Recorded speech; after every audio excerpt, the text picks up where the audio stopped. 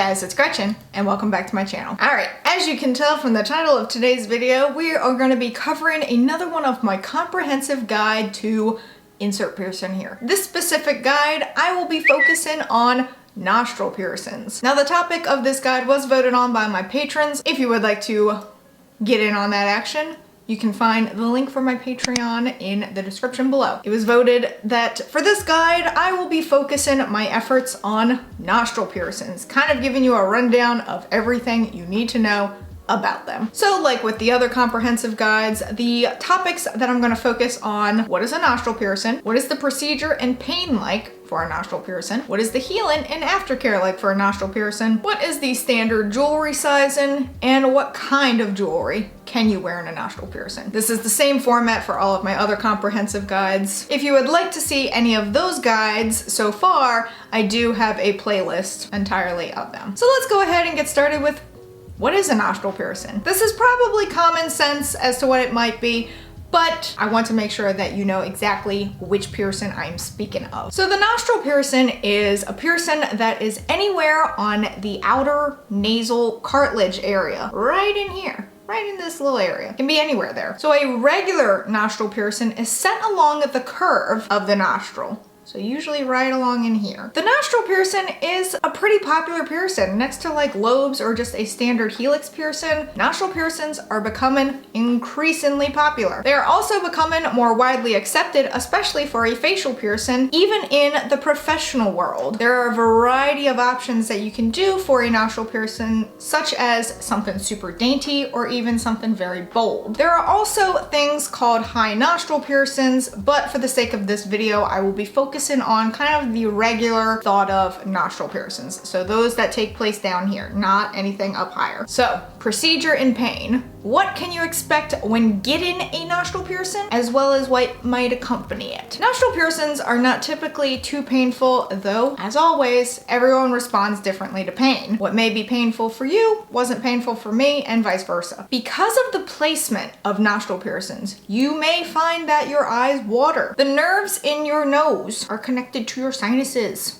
going up to your tear ducts, and you may find that your eyes water automatically. We know you are not crying from the pain, so please do not feel embarrassed or like you need to apologize. Be like, I don't know why I'm crying. We all know why you're crying, because the connected nerves and everything made you cry. We know you're not crying because it's painful. So much like with any other piercing, when a piercer is gonna go do a nostril piercing, they are gonna mark several different areas that they think work best with your nose and then let you pick from which one you like best. These placement marks are usually at the best judgment of your piercer for what is gonna be comfortable, as well as allow you more jewelry options. More than likely, your piercer will use a clamp during this procedure, which will just go on the inside of your nostril and on the outside of your nostril around the mark that you picked yourself, and that's how they'll be able to hold it in place so that they can pierce it. However, keep in mind that not every piercer uses a clamp. It's all about their comfortability. If they think that they can do a better job freehanding it, then they can do a better job freehanding it. Yes, a clamp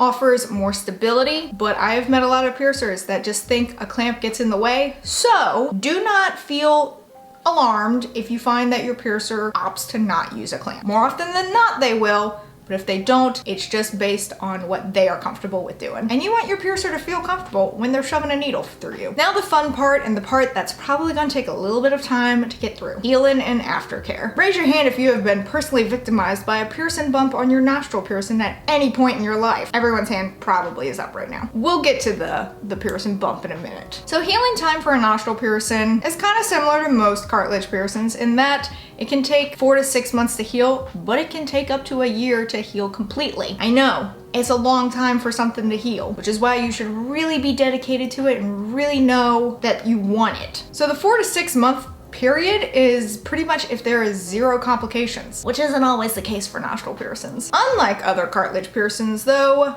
your nose has the mucous membranes that kind of contribute to the healing process. That old good stuff up there. I don't know why I'm talking like that. You should always handle a new piercing with clean hands. Don't just like go out and about and then go like blah, blah, blah, blah, blah, blah on them. Not good. You should always handle it with clean hands. A nostril piercing you're gonna care for much like any other piercing. Very standard aftercare. So your first option, saline salt solution. This can be either pre-made or ones that you made yourself. Pre-made, NeilMed and H2 Ocean are great brands that you can buy from, or you can make your own, which if you create your own, just make sure that you're doing the proper measurements, which is 8 ounces of distilled or bottled water, do not use tap water, with 1/8 to 1/4 of a teaspoon of non-iodized sea salt. Again, do not do more than 1/4 of a teaspoon because that's gonna cause irritation. Too much salt can end up making it more irritated, which makes it take longer to heal. Don't overdo the cleaning. Twice a day is a pretty good amount. You may find that you need to do it 3 times a day, especially if you notice crusties. 1 time a day, not enough while it's initially healing. 2 times a day is a good amount. Once in the morning, once in the evening. If you use pre-made, you can just take the bottle and spray it directly onto the piercing. Or you can take a Q-tip, spray it on there, and just kind of clean up around it. So something that you can do if you're making your own, find a cup that allows you to kind of sort of, it's gonna be a little awkward for the nostril piercing. It's a little bit easier with the septum, a little bit awkward with the nostril, that you could essentially put your nostril into. So say for example, I just got my left nostril done. Find a cup that allows you to put your nostril into. I know, it's a little awkward, but it's what's necessary. If you don't want to do that, go with the whole route of a Q-tip, just kind of clean up around it. Don't get vigorous with your cleaning, just enough to get around the piercing. That's it. You don't need to get all up in there, just around it. You can use a gentle cleanser, but just make sure that you're not getting anything that is scented, just a very gentle cleanser. Not always the first thing you should grab with a new piercing, but it's also an option. As I've mentioned before, do not use things like alcohol, Bactine, Neosporin. Those are not good for a piercing. Alcohol products dry the skin out. Neosporin and Bactine prevent oxygen from reaching the piercing, which is necessary for it to heal. And above all else, don't mess with the jewelry. Don't sit there and twist it. I don't know why people always think that you have to twist the jewelry. Don't do that. Don't mess with the jewelry. Don't change out the jewelry too early unless you're finding that you're having some kind of allergic reaction or sensitivity to the type of metal that's in there. But even then, go back to your piercer. Now for nostril piercings, you can change the initial jewelry roughly 2 to 3 months after you're getting it done, because you may find that the jewelry is too long. Much like with any other piercing, the piercer always gives you a bar or just jewelry in general that's bigger than you would normally want to account for swelling. 2 to 3 months gives the piercing enough time for the swelling to go down. Going into the piercing bumps. Keep in mind that nostril piercings are prone to these awful piercing bumps, and messing with the jewelry can potentially cause a bump to form. So you kind of have to weigh the pros and cons of both. Like, I know you want to change that initial jewelry, but is it worth it to change it too early in case you get a bump? Also, with this piercing, be extra careful with it because you will find that it snags a whole lot easier on things than most other piercings. Think about like if you're in the shower or something like that and you go to dry your face after washing it. The towel just gets caught on that jewelry and boop, there it goes, bye-bye. Be very extra careful with it. Also, you might notice like it a little bit more out of the corner of your eye if you're not used to it there. I don't see mine anymore, but when I first got them done, it was just this constant bump that I could see in the corner of my eye. I also cannot tell you how many times I personally would wake up in the middle of the night after having like plucked it out in my sleep because like my body's just like, there's a foreign object in my nose. Be extra cautious with it. Just be aware anytime you're doing something that could potentially snag on the jewelry. And a little something random to keep in mind, blowing your nose is gonna be a little bit more difficult during the healing months. So because it's a little bit more difficult to blow your nose during the healing months, it might be a good option to think about the time of year when you get a nostril piercing done. Do you have allergies, especially right now? I know I do. Perhaps springtime is not the best time for you to get a nostril piercing, especially if you're sneezing a lot. All right, now onto the fun stuff, jewelry. We're gonna talk about jewelry sizing first. So unlike most cartilage piercings, nostril piercings are pierced much smaller than they are. So a typical nostril piercing size is either a 20 gauge or an 18 gauge. However, you can find things as small as 22 gauge or as large as 16 gauge, but the standard is 20 or 18. Usually piercers will pierce you at 18, and then if you want to size down to 20, you can. Lengthwise, for bars or anything like that, you will find that they are pierced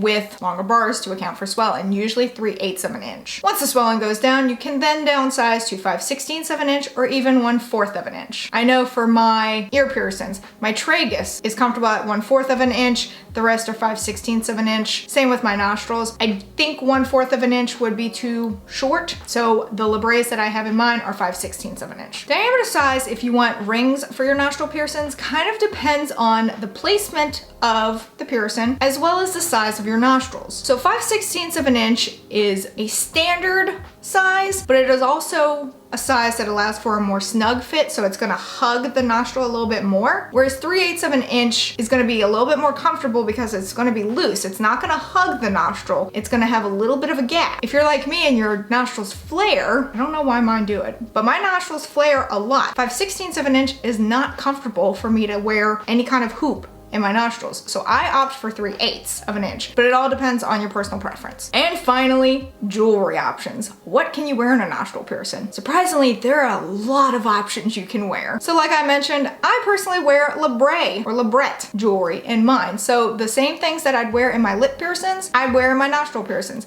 Just gives me a more snug fit and I feel very secure with them. More common jewelry pieces that pretty much everyone is aware of are nose bones, L-shaped, and screws. I personally am not a fan of nose bones because I'm terrified they're always gonna pop out. I really don't like nose screws because they're just a pain to get in. L-shaped is what I would typically go for before I switch to labres, but even then L-shapes kind of pop out a little bit easier than other kinds. You also have a lot of ring options. So you can do a seamless ring, a segment ring, a CBR or captive bead ring. You can do a nose curve ring, which is one of those things, it looks like an L shape, but then it has curved jewelry on the outside. Pretty interesting. Never tried it myself, but it looks pretty cool. You can also do a horseshoe ring, so just like what you would have in your septum, you can try that on your nostril, and you have retainers. So that is it for this comprehensive guide to nostril piercings. Pretty quick rundown of things. Again, nostril piercings are a pretty popular piercing. A lot of people go for those, but if you're thinking about a nostril piercing, if you want to know a little bit more, hopefully this guide is helpful to you. And like I mentioned, if you would like a say in the next comprehensive piercing guide, my Patreon is in the description below and you can vote over there. Special thank you to my patrons. You can help support the channel on Patreon while having access to videos early,